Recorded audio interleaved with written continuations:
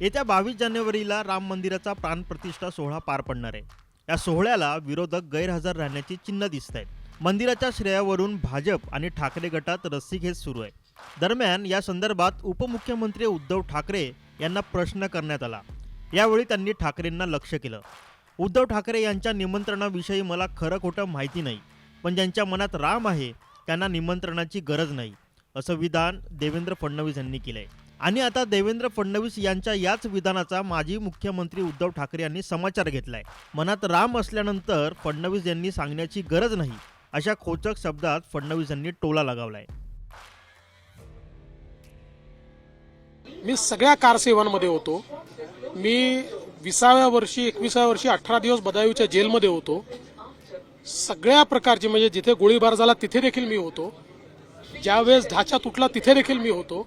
त्यामुळे एक कारसेवक म्हणून मला मनापासून आनंद आहे की जो संघर्ष हा केवळ आमचा नाही आहे, 500 वर्ष संघर्ष चाललाय, अनेक लढाया त्या ठिकाणी झाल्या, एक मंजिल मिळणं म्हणतो तशा प्रकारे आज हे राम मंदिर होणं या संघर्षाची इतिश्री आहे। बाबरी मशिदीचा ढाचा पाडला गेला त्यावेळेला फक्त आम्हीच होतो, शिवसैनिक कोणी नव्हते असेल तर त्यांनी स्पष्ट करावं असं देवेंद्र फडणवीस बोलतात।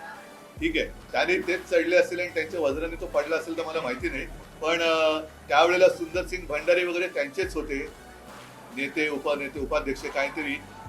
लालकृष्ण अडवाणींची प्रतिक्रिया आहे, त्यांचा इंटरव्ह्यू आहे, तर त्याच्यामुळे थोडासा गृहपाठ त्यांचा कमी पडत असावा। मी थोडं फक्त मी साहेबांचं पुढे एक वाक्य बोलतो की बाबरी पडल्यानंतर जे सीबीआयचं स्पेशल कोर्ट निर्माण झालं आणि तिथे आरोपी म्हणून ज्यांची जी यादी सीबीआयने प्रसिद्ध केली की हे त्या तिथे प्रत्यक्ष यांच्यामुळे ही बाबरी तुटली, त्याच्यामध्ये पहिल्या 10 दुसरेच नाही शिवसेना प्रमुख तर अडवाणी एकत्रच आहेत, पण खाली जर तुम्ही सगळी नावं पाहाल तर आमचे स्थानिक शिवसेनेचे पवन पांडेंपासून सगळे आमचे अनेक खासदार आणि जवळजवळ 109 हे महाराष्ट्रातले आमचे शिवसेनेचे पदाधिकारी आणि प्रमुख लोक त्या ह्याच्यामध्ये आहे।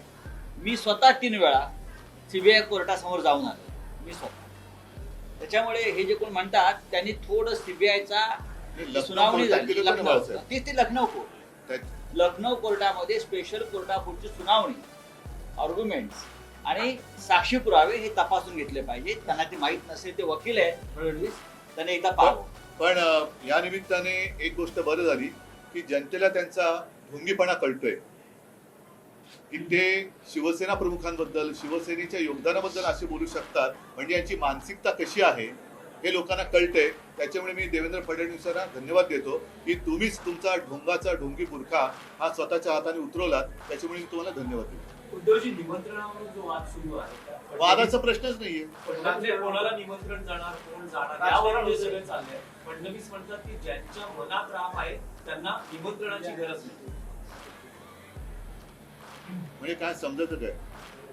पण मनात ज्यांच्या राम आहे, तो मनात राम असल्यानंतर त्यांना फडणवीसांनी सांगण्याची गरज काय? राम मंदिर नव्हतं त्यावेळेला रामाच्या पूजा चालूच होत्या।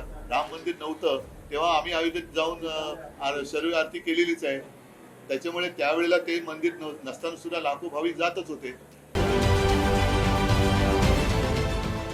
देश विदेशातील प्रत्येक घडामोडींचे लाईव्ह अपडेट मिळवण्यासाठी आता साम टीव्हीच्या सर्व सोशल मीडिया प्लॅटफॉर्मला लाईक, फॉलो आणि सबस्क्राईब करा।